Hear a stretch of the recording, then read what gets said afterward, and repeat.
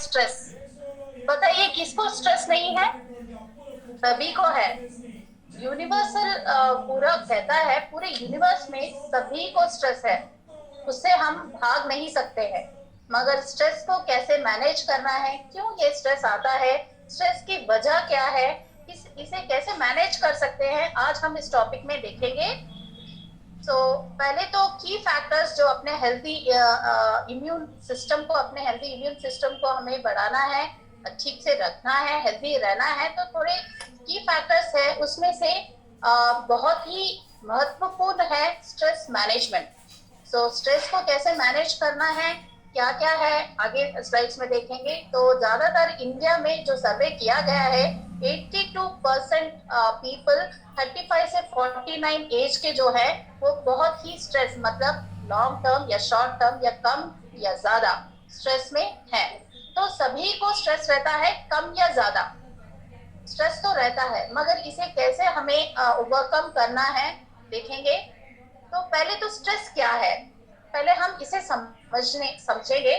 Stress कुछ नहीं, जैसे अभी हम अपने बॉडी, अपने शरीर को कोई भी काम सौंपते हैं, अपने दिमाग के ऊपर स्ट्रेस, दिमाग से या हम उससे थोड़ा एक्सपेक्टेशन करते हैं, ये काम करना है बॉडी के ऊपर। जब हम डिपेंड होते हैं और वो बॉडी नहीं कर पाता है, शरीर नहीं कर पाता है, तो हम स्ट्रेस लेने लगते हैं। और स्ट्रेस किस तरह लेते हैं, बहुत ज्यादा हो सकता है या कम।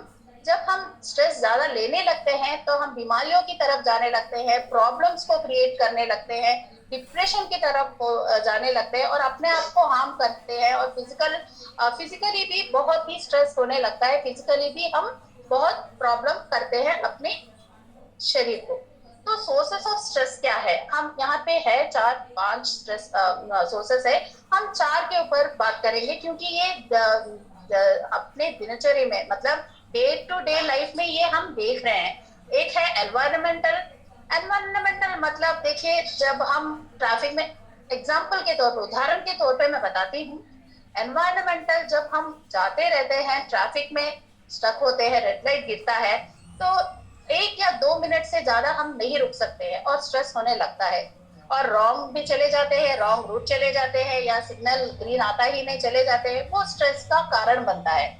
और दूसरा होता है, जब हम पढ़ रहे होते हैं, बच्चे परीक्षा के लिए प्रिपेयर हो रहे हैं, तो बाहर कुछ डीजे वगैरह सुन रहा, डीजे का साउंड आ रहा है, नॉइज पोल्यूशन हो रहा है।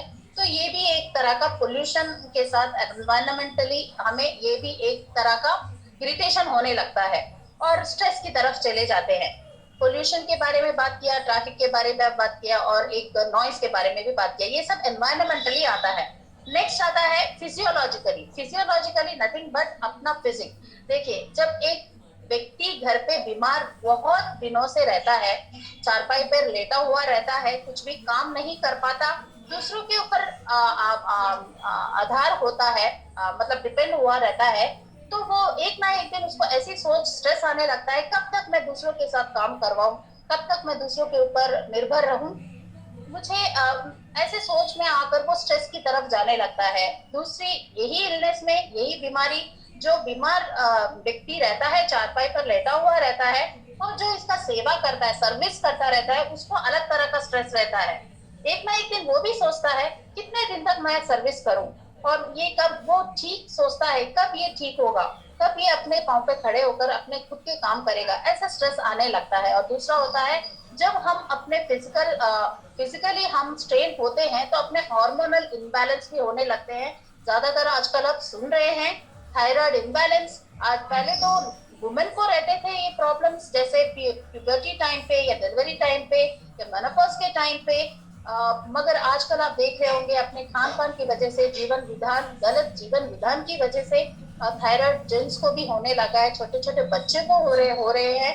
पीसीओडी, पीसीओएस, ये सब हार्मोनल इम्बैलेंस भी फिजियोलॉजिकली होते रहते हैं।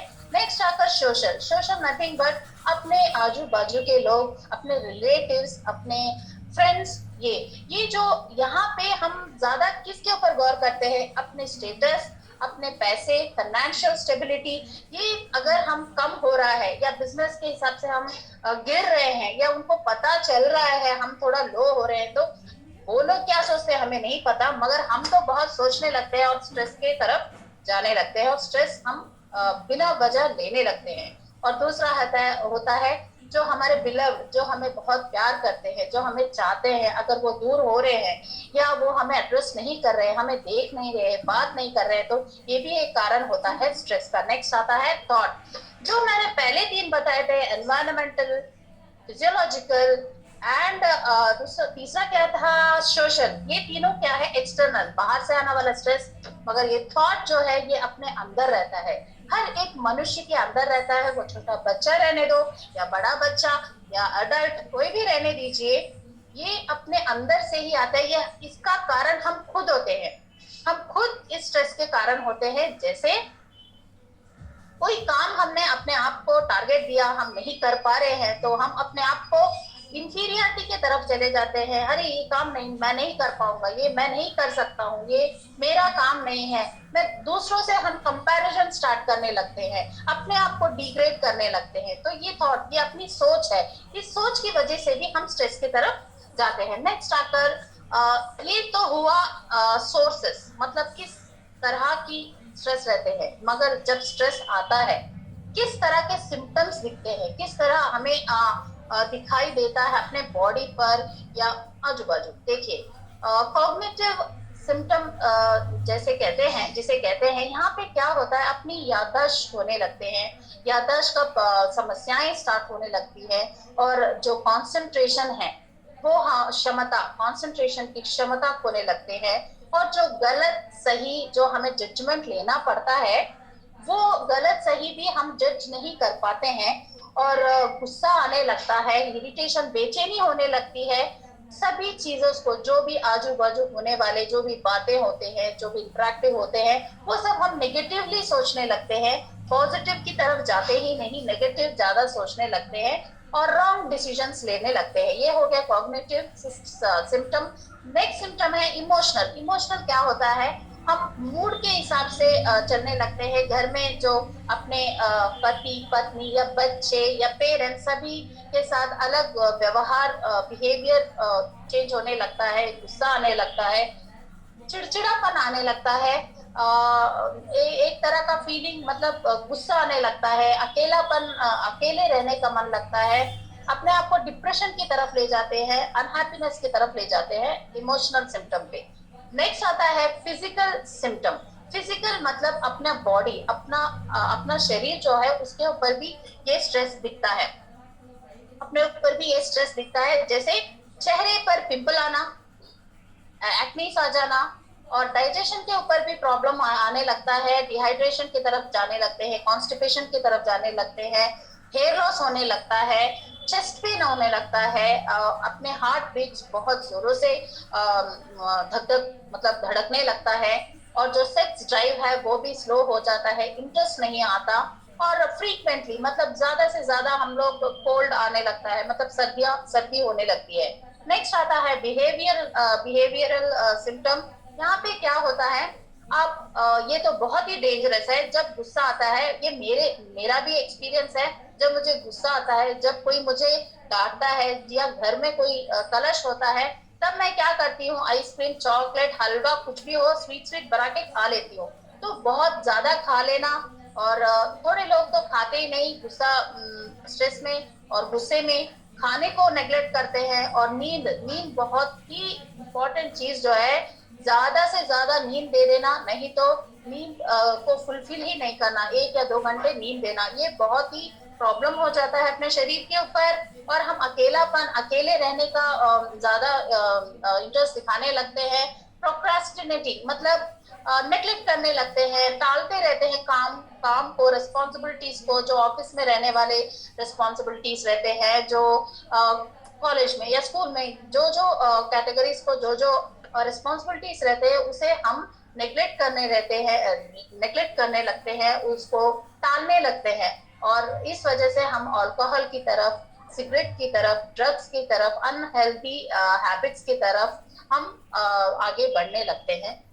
तो देखेंगे ये थोड़ा अपने शरीर के हिसाब से ये स्ट्रेस कैसे अपने ऊपर हावी होता है, देखते हैं। ये जो पिट्यूटरी ग्लैंड है, ये मटर के जैसे थाइज में रहता है, अपने बैक साइड ब्रेन के पीछे। तो ये इसका काम क्या, इसे हम मास्टर ग्लैंड भी कहते हैं। ये क्या काम करता है, ये अपना जो हार्मोन, ये हार्मोनल रिलीज करता है ब्लड स्ट्रीम्स में। तो ये क्या है, ये जो अपने खुद का हार्मोन है वो तो डायरेक्टली भेजता है, और जो अलग अलग किस्म के हार्मोन्स रहते हैं उनको भी क्या करता है, ये अपनी तरफ से भेजता है। तो ऐसे ही एड्रेनोकोर्टिकोट्रोपिक, ये जो ACTH हार्मोन है, इसका भी ये भी पिट्यूटरी ग्लैंड से जो हार्मोन्स आते हैं वो एड्रेनल ग्लैंड को भेजता है। जो ये है किडनीज के पीछे रहते हैं ये ग्लैंड्स।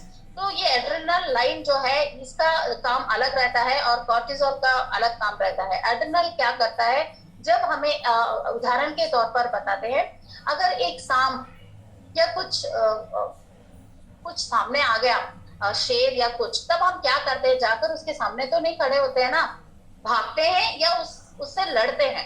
तो एड्रेनल लाइन का काम वही रहता है, भागना या लड़ना। और इसका काम क्या रहता है एड्रेनल का, ये अपने ब्लड स्ट्रीम में ऑक्सीजन को भेजता है, हार्ट का फंक्शनिंग करता है, तरह तरह के काम ये अपने शरीर में करता है। और कॉर्टिसोल जो है ये अपने मेटाबॉलिज्म के ऊपर काम करता है। जब ये एड्रेनालाइन, जैसे मैंने कहा, जब सांप या शेर सामने आता है तो हमें अपना अलर्ट कर देता है पिट्यूटरी ग्लैंड, हमें क्या करना है वो डिसाइड करता है, भागना है या उसके सामने डटे रहकर लड़ना है।